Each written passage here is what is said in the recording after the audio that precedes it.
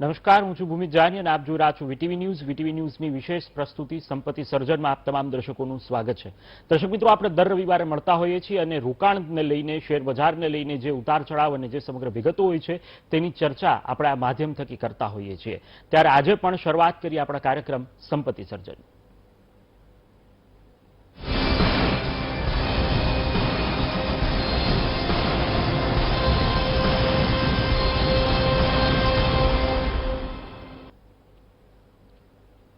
નવા નાણાકીય વર્ષનો પહેલો શુક્રવાર અને ખાસ કરીને બજારનું ક્લોઝિંગ દિવસ પણ હતો. ત્યારે બજારની અંદર ખૂબ સારું રહ્યું એ અઠવાડિયું અને તેને લઈને માર્કેટની અંદર પણ પોઝિટિવિટી છે તે જોવા મળી. સેન્સેક્સ અને નિફ્ટીની અંદર 3% જેટલો વધારો પણ જોવા મળ્યો. આ સાથે જ તેની અસર એ ક્રૂડ ઓઇલની જે અસર છે તે પણ ગણવામાં આવી રહી છે, કારણ કે ક્રૂડ ઓઇલના ભાવની અંદર જે પ્રતિ બેરલ જે ઘટાડો આવ્યો અને તેને લઈને સીધી જ અસર શેર બજાર પર પોઝિટિવ રીતે જોવા મળી. આ ચર્ચા થઈ આપણા ગયા વીકની અને આ નવા નાણાકીય વર્ષની આપણે પ્રથમ ચર્ચા આજે જ્યારે સંપત્તિ સર્જનમાં કરી રહ્યા છીએ. ત્યારે આજનું એ વિશેષ મુદ્દો એટલા માટે છે કારણ કે વીટીવી ન્યૂઝ હર હંમેશ માટે મધ્યમ વર્ગનો જે મુદ્દો છે અને તેને લઈને ખાસ કરીને આ સંપત્તિ સર્જનમાં તેમને અનેક સુઝાવો અને તેમની મૂંઝવણો એ સોલ્વ કરતું આવ્યું છે. અને આજે પણ એવો જ મુદ્દાને લઈને આપણે ચર્ચા કરી રહ્યા છીએ. આજનો મુદ્દાની વાત કરીએ તો ઇક્વિટી શેર કે મ્યુચ્યુઅલ ફંડ, આ બંનેમાંથી મધ્યમ વર્ગે જો લાંબા ગાળા માટે રોકાણ કરવું હોય તો શામાં જવું જોઈએ અને તેની અંદરના વિકલ્પો કઈ પ્રકારે ઉપલબ્ધ છે બજારની અંદર, તેને લઈને આપણે ચર્ચા કરવાના છીએ. અને આ ચર્ચા માટે આપણી સાથે સ્ટુડિયોની અંદર વિરલ મહેતા, જેઓ વેસ્ટ ઝોન હેડ છે લક્ષ્મી ઇન્વેસ્ટમેન્ટના, અને સાથે જ આપણી સાથે નિલેશ ગટ્ટાની જોડાયા છે, જેઓ રિસર્ચ હેડ છે ગોલ્ડમાઇન ઇન્વેસ્ટમેન્ટ્સના, ગોલ્ડમાઇન સ્ટોક્સના. આપણા બંને સાથે ચર્ચા કરીશું. સૌપ્રથમ પ્રશ્ન વિરલભાઈ આપને પૂછવા માંગીશ, જ્યારે આપણે મધ્યમ વર્ગને વાત કરી રહ્યા છીએ ત્યારે જે રોકાણકારો છે, મધ્યમ વર્ગના રોકાણકારો છે, તેના માટે આમ તો ઘણા બધા વિકલ્પો ઉપલબ્ધ હોય છે, પરંતુ દર્શકો સુધી એ વાત પહોંચતી નથી, અથવા તો જે મધ્યમ વર્ગનું રોકાણકાર છે તે ક્યાંક ખચકાટ અનુભવતો હોય છે. આપની દ્રષ્ટિએ એક રણનીતિ મુજબ કઈ પ્રકારે રોકાણ કરવું જોઈએ અને મધ્યમ વર્ગના માણસે કઈ પ્રકારે એના માટે રણનીતિ ઘડવી જોઈએ, શરૂઆતથી કરીએ તો? જી, આપણે જોવા જઈએ ને તો જનરલી મધ્યમ વર્ગના વ્યક્તિએ એક બેરીગેડ બનાવવો જોઈએ કે જે પણ એની ઇન્કમ છે એમાં 3 પાર્ટ પાડવા જોઈએ. કે જે રેગ્યુલર ખર્ચા છે એના માટે 50%, જેમાં લાઇટ બિલથી માંડીને કોર્પોરેશનના વેરાથી માંડીને જે કંઈ એના આવતા હોય એ બધા આવી જાય. બાકીના 30%માં જે છે એના વેકેશનના ખર્ચા કે અધર એક્સપેન્સ છે, છોકરાઓના સ્ટડીના ખર્ચા છે, અને 20% પાર્ટ એવો રાખવો જોઈએ કે ફક્ત સેવિંગ માટે, કે જે એના ફ્યુચર માટે કામ આવે. હવે એમાં પણ આપણે ઘણી બધી એસેટ છે, ઘણા બધા લોકો હજી પણ આજની તારીખે ફિક્સ ડિપોઝિટ ઉપર ભાર મૂકે છે.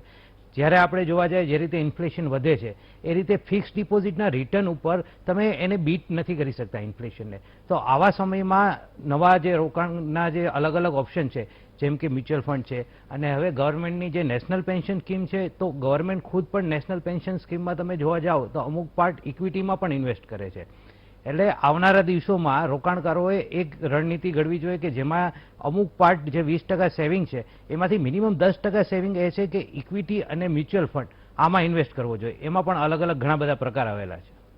ચોક્કસથી વિરલભાઈ. નિલેશભાઈ આપની પાસે આવવા માંગીશ, જ્યારે આપણે ઇન્વેસ્ટમેન્ટની વાત કરીએ છીએ અને ધારો કે કોઈ રોકાણકારે નક્કી કર્યું છે કે તેમની પાસે જે કંઈ મૂડી છે, તેમની પાસે જે કંઈ કેપિટલ છે, તેમાંથી તેમને ઇન્વેસ્ટ કરવા છે, એટલે કે રોકાણ કરવું છે, આના માટે કયા વિકલ્પની આપણે વાત કરીએ તો શેર બજાર જે ઇક્વિટીને આપણે ગણીએ છીએ, મ્યુચ્યુઅલ ફંડ્સની વાત કરીએ, એસઆઈપી તેનું પણ એક માધ્યમ છે. આપ કઈ રીતે જોઈ રહ્યા છો, કઈ પ્રકારે પ્રોપર પ્લાનિંગથી આગળ વધવું જોઈએ? हाँ भूमित भाई, सबसे पहले तो हमको ये समझना होगा कि एक 4 एसेट क्लास होते हैं जहाँ पे हम इन्वेस्ट कर सकते हैं. एक जैसा कि हमने बात किया इक्विटी होता है, विरल भाई ने बोला म्यूचुअल फंड से एक तरीका होता है जिसमें हम सिस्टमेटिक इन्वेस्टमेंट प्लान के रूप में इसको इन्वेस्ट किया जा सकता है. इसके अलावा फिक्स डिपॉजिट्स होते हैं, गोल्ड और सिल्वर जैसी चीजें होती है, और रियल एस्टेट होता है.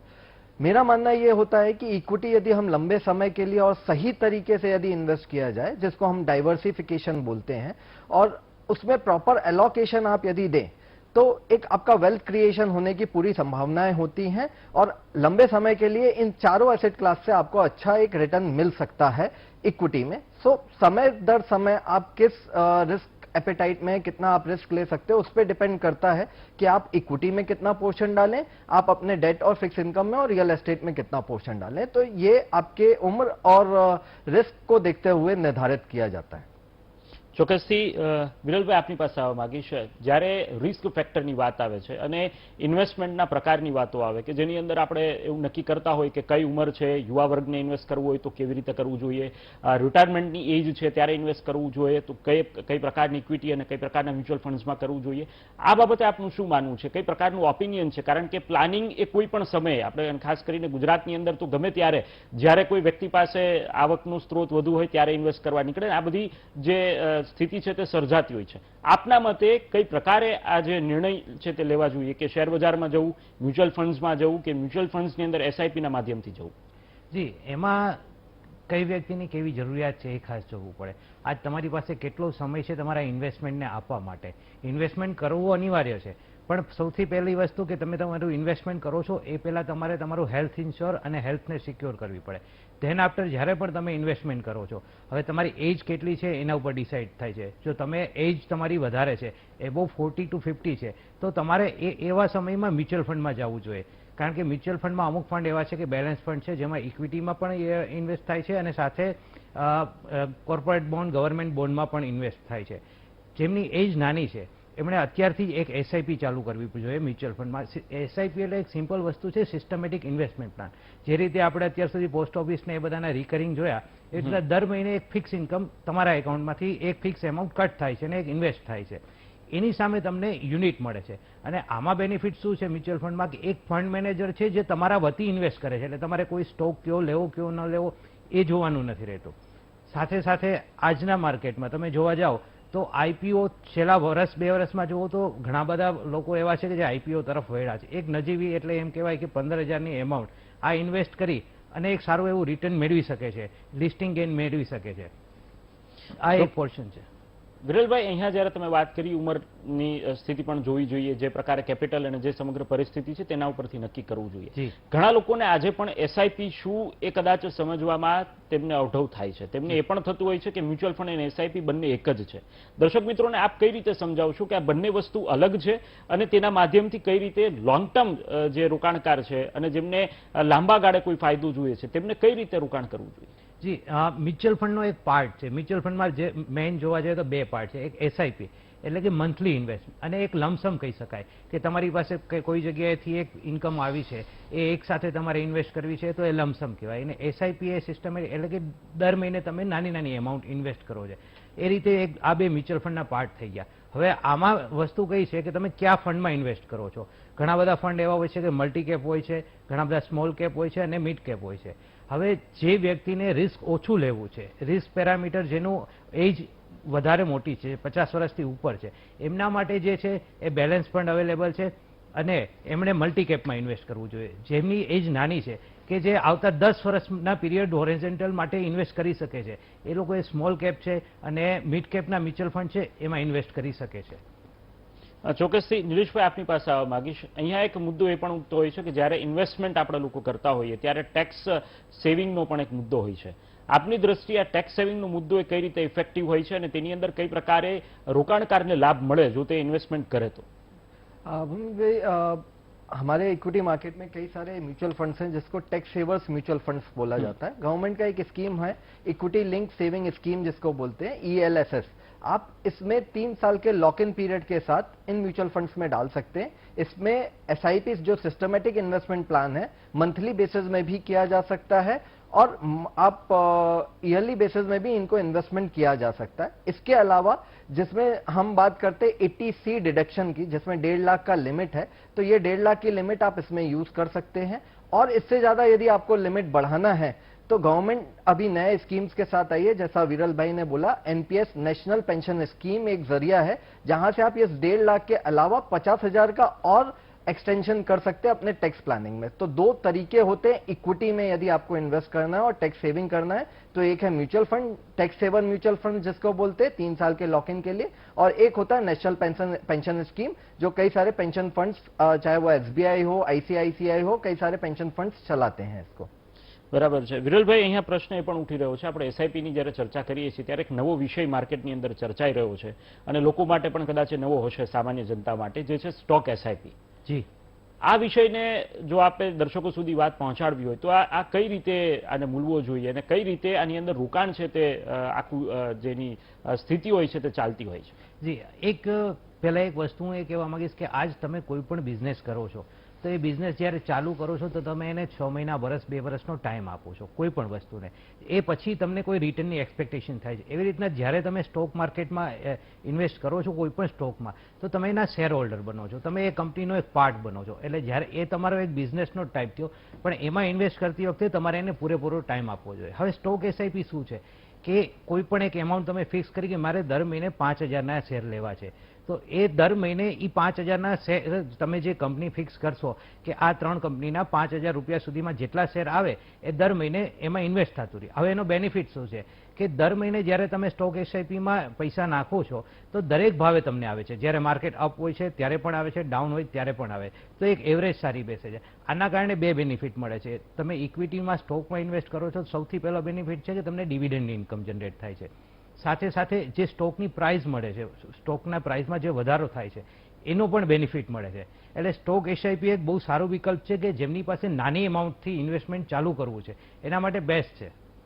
સાચી વાત છે. નિલેશભાઈ, આપની પાસે આવવા માંગીશ. રિટર્નની આપણે વાત કરી, રિસ્કની પણ વાત કરી, પરંતુ અહીંયા પ્રશ્ન એ પણ ઉઠે છે કે ઘણા બધા લોકોને હજી પણ સમજવામાં એ મુશ્કેલી અનુભવતા હોય છે કે તેમને મૂંઝવણ હોય છે કે શામાં ઇન્વેસ્ટ કરું. મારે સ્ટોક માર્કેટમાં જવું, મારી પાસે જોવાનો એ સમય નથી, સ્ટોક માર્કેટમાં ઉતાર ચઢાવ જોવાનો સમય નથી. ત્યારે જ્યારે એસઆઈપીમાં જાય છે તો કયું સેક્ટર વાઇઝ આપણે વાત કરીએ તો કયું સેક્ટર અત્યાર માટે ખૂબ મહત્વનું છે અને નવા નાણાકીય વર્ષની અંદર કયા સેક્ટર પર વધુ અસર છે તે પહોંચી શકે છે જે મુજબ એસआईपी में इन्वेस्टमेंट करी शकाय? मोमिन भाई, जैसा हम बात कर रहे हैं तो स्टॉक में डायरेक्ट इन्वेस्टमेंट और म्यूचुअल फंड्स के थ्रू दोनों अपनी अपनी जगह सही होते हैं. आपको ये देखना होता है कि आप कहाँ पे इन्वेस्ट करने के रूप में तरीके से आप कर सकते हैं. यदि आप कोई गोल ओरिएंटेड है, आपको कोई घर खरीदना है 5-10 सालों में, चाइल्ड मैरिज, बच्चों की मैरिज करना है, खुद की मैरिज करना है, तो वो ऐसी चीज है तो आप म्यूचुअल फंड्स के तरफ जाइए. म्यूचुअल फंड्स में यदि आप अर्ली स्टेज इन्वेस्टर जिसको बोला जाता है, 20 से 25 साल या 30 साल के इन्वेस्टर्स जो हैं, उनको कोशिश करना चाहिए कि उनका म्यूचुअल फंड पूरा 100% इक्विटी ओरिएंटेड हो, जहां पे आप स्मॉल कैप और ब्लू चिप म्यूचुअल फंड्स का साथ में लेकर आप उसका एसआईपी कर सकते हैं मंथ ऑन मंथ. यदि आप 35 से 40 साल की उम्र में हैं तो आपको कोशिश करना चाहिए कि इस पोर्टफोलियो में आप अपने बैलेंस फंड, जहां पे डेट और इक्विटी दोनों का आपको मिश्रण मिलता है, और उसको ऐड करें. यदि आप रिटायरमेंट तरफ जा रहे हैं तो आपको डेट की तरफ ज्यादा फोकस करना चाहिए, जिसको हम फिक्स इनकम प्लान बोलते हैं. और रही बात डायरेक्ट इक्विटी इन्वेस्टमेंट की, तो ये एक बहुत एक्सपर्टाइजेशन का सवाल है जहां पे आपको टाइम देना पड़ता है. और मैं हमेशा इन्वेस्टर से ये कहना चाहता हूं कि आप आपके पोर्टफोलियो को जितना डाइवर्सिफाइड करेंगे उतना आपके लिए अच्छा होता है. तो सही समय में सही चीज खरीदना और सही एलोकेशन में खरीदना ये एक बहुत जरूरी होता है, जो आपको म्यूचुअल फंड दे सकता है. यदि आप समय दे सकते हैं इस बाजार में और बैलेंस शीट, एनुअल रिपोर्ट्स को पढ़ सकते हैं और उसका रिसर्च फोरकास्टिंग कर सकते हैं, तो आप डायरेक्ट इक्विटी में भी जाइए, लेकिन પ્રોપરલી ઇન્વેસ્ટ એલોકેશન કે સાથ કરીએ. ચોક્કસથી નિલેશભાઈ, જે પ્રકારે આપે જણાવ્યું તે રીતે કે કોઈ પણ જ્યારે માર્કેટની વાત કરીએ છીએ ત્યારે એને એક સમય દેવો પડતો હોય છે, એનો સમય મર્યાદા પણ હોય છે અને તે મુજબ તમામ જે ઇન્વેસ્ટમેન્ટ છે તેને ધ્યાનમાં લઈ અને રણનીતિ ઘડવી પડતી હોય છે. આપણે આ ચર્ચાને અત્યારે યથાવત રાખીશું, પરંતુ હાલ સમય થયો છે એક વિરામ.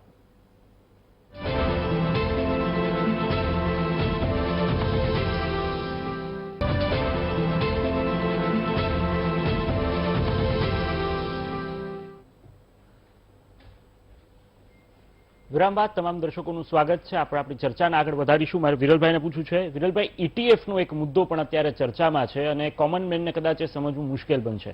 આપના મતે ઈટીએફ એટલે શું છે અને કઈ રીતે તેના પર કામ આખું ચાલી રહ્યું છે? જી, ઈટીએફ એટલે જોવા જઈએ તો one type of exchange traded fund છે. જે રીતે મ્યુચ્યુઅલ ફંડમાં તમે ઇન્વેસ્ટ કરો છો તેને રિડમ્શનની આખી સિસ્ટમ હોય છે, જ્યારે ઈટીએફ એવું છે કે તમે શેરની જેમ લઈને વેચી શકો છો. આમાં પ્લસ પોઈન્ટ એ છે કે તમે નિફ્ટી 50ના જે સ્ટોક છે એ તમે બધા બાય નથી કરી શકતા વેલ્યુએશનના હિસાબે, પણ એનું એક બંચ હોય છે જેની વેલ્યુએશન લોએસ્ટ હોય છે, એટલે એનું એક યુનિટ હોય છે જે તમે બાય સેલ કરી શકો છો.